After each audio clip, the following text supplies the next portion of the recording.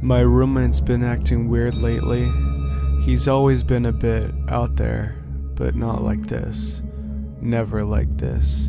Before I continue, let me give you a little backstory. I'm a student at Bridgewater State College in Massachusetts. I share a dorm with my roommate Wallace. We both major in computer science, and that's all we've ever talked about on rare occasions that we actually speak to one another. We don't have much else in the way of common ground. You see, Wallace is an odd guy. He's very socially awkward and doesn't have many friends, if any at all. I've only ever seen him talking to his professors, and one time, even the janitor. Another one of Wallace's quirks in his obsessive-compulsive nature, he conducts himself in a very specific manner, and he has his daily routine mapped out to a T. It never changes. When he wakes up, he brushes his teeth, making sure to gargle and spit exactly 3 times. He then puts on a striped shirt, followed by khaki pants. His wardrobe never changes. He always arrives to class 5 minutes early and turns in his assignments a day before they are due. This is how it's always been. How do I know all this?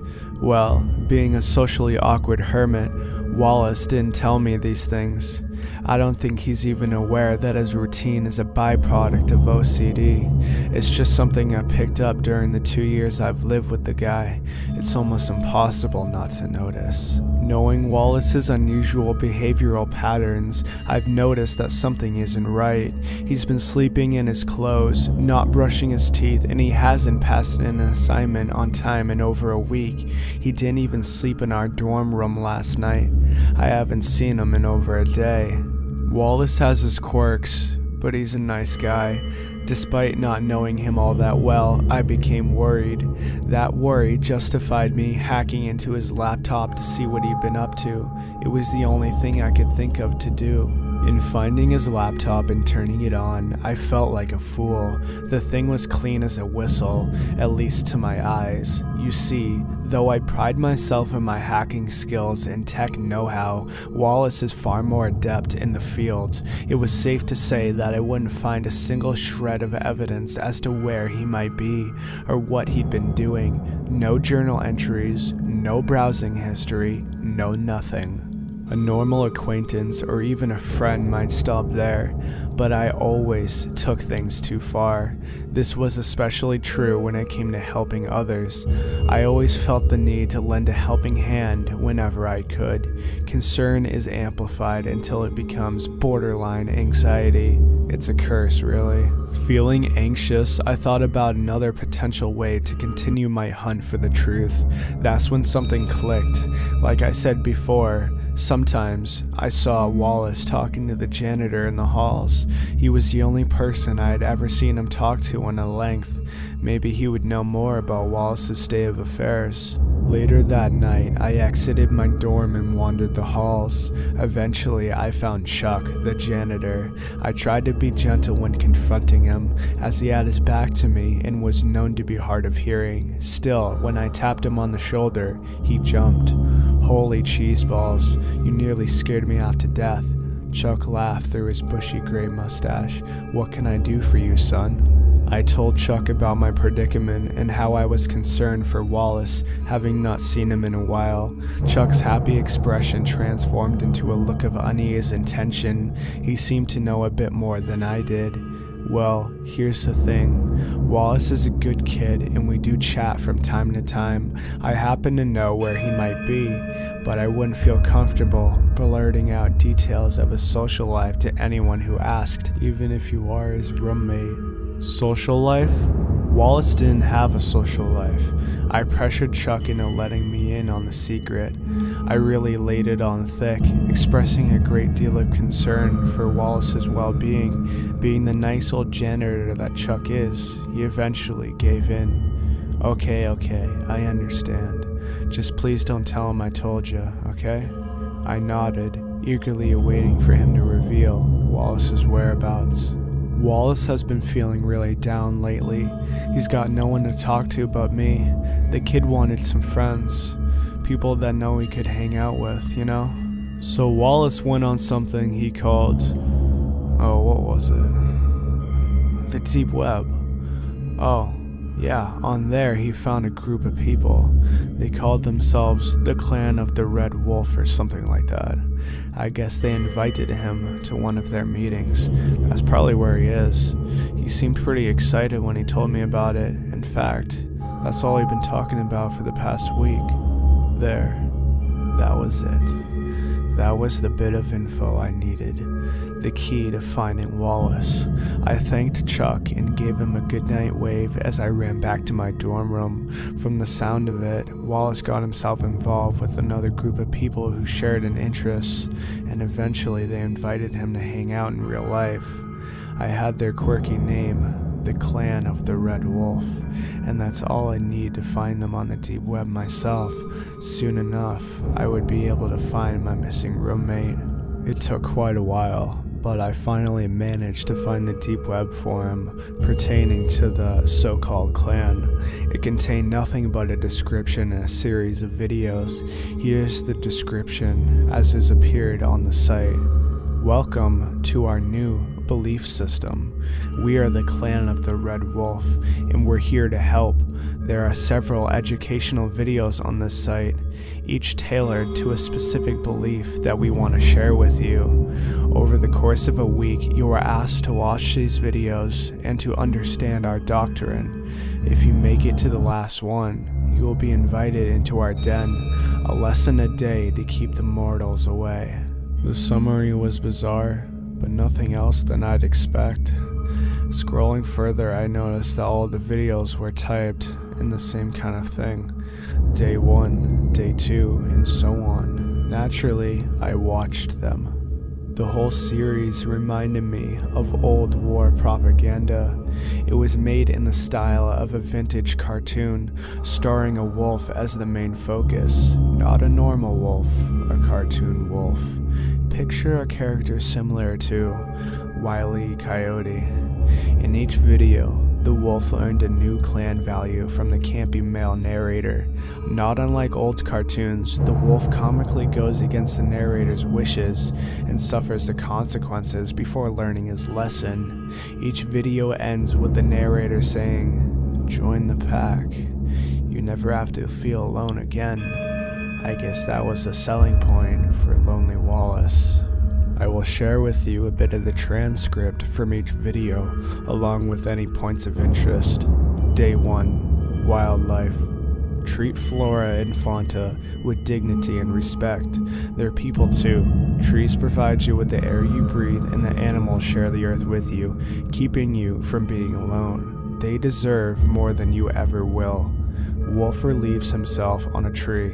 Tree falls on top of him, crushing his head and revealing the blood and brain matter inside. Day 2, Thicker than blood. Your blood is the most important material in your vessel.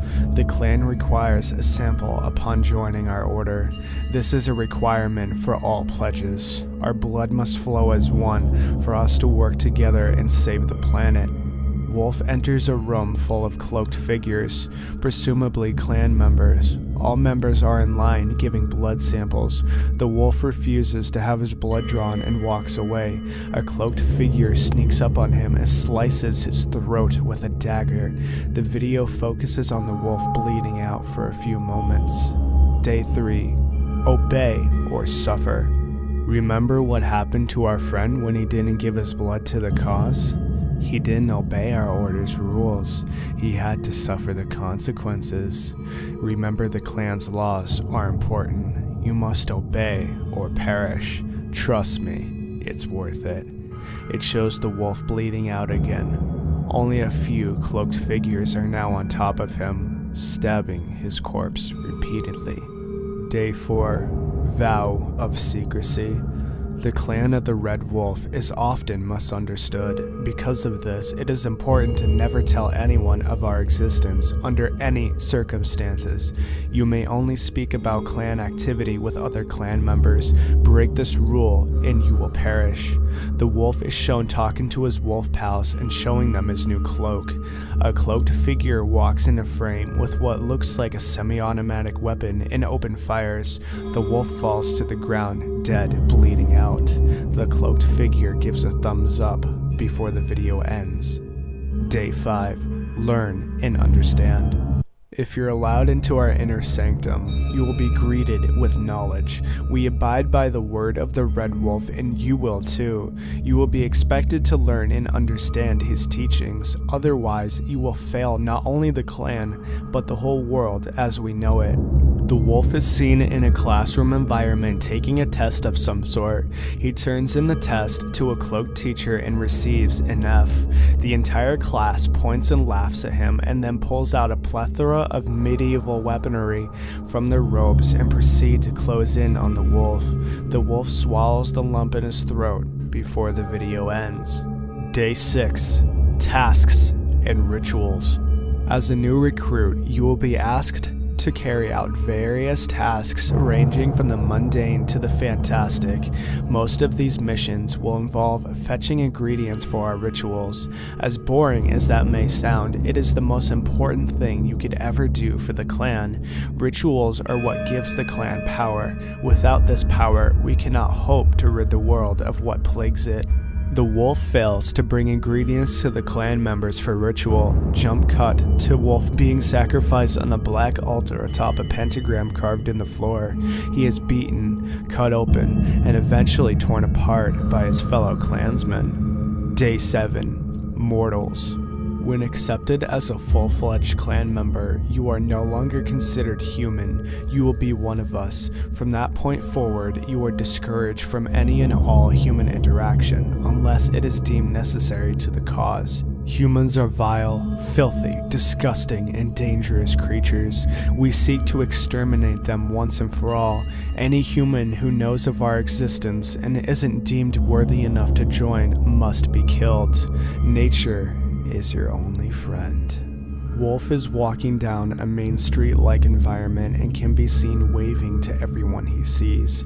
He comes upon a clan member who then pierces his gut with a long blade and tosses him aside in the road, where he is then run over by numerous cars. The content of the video was incredibly jarring. I almost couldn't believe that such a cult could actually exist, let alone that Wallace would actually join them. He must have been really lonely. The last video exited with the same "join the pack" spiel, and then faded to a screen with a series of numbers. That was my next clue. I could only assume that it was a code that might reveal the coordinates of the clan's lair. That, I thought, must have been where Wallace had gone. I wrote down the code and immediately started doing some research to begin cracking it. Just as I was in the thick of things, something hit me. One of the videos stated that you couldn't talk to anyone about the clan under any circumstances, but Wallace talked to Chuck. That didn't make any sense. Wallace was a stickler for rules. Another fact hit me. The video stated you could only talk about clan activities with other clan members. What if Chuck was one of them? Chuck could be stationed at the college to recruit members, and he simply nudged Wallace in the right direction. He could have been playing dumb with me when I questioned him. So either Chuck was a Klansman, or Wallace broke a cardinal rule. Neither theory held much water. If Chuck was a member, then why would he have told me anything without either recruiting or killing me? And if Wallace was so eager to be accepted into a strict cult, then why would he disobey their wishes? I couldn't make much sense of either angle.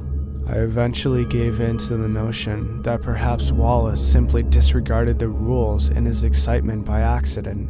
He was finally going to have friends, so he had to tell someone. This didn't completely sit well with me, but I had to get back to cracking the code. I didn't have time to dwell on uncertainties. Just then, there was a knock at my dorm room, followed by a voice. "It's Chuck, the janitor. I'm here to tidy up your room. Chuck never cleaned dorm rooms. That wasn't part of his job. I'm all set, I yelled, hoping he would leave me be. The knocking ceased.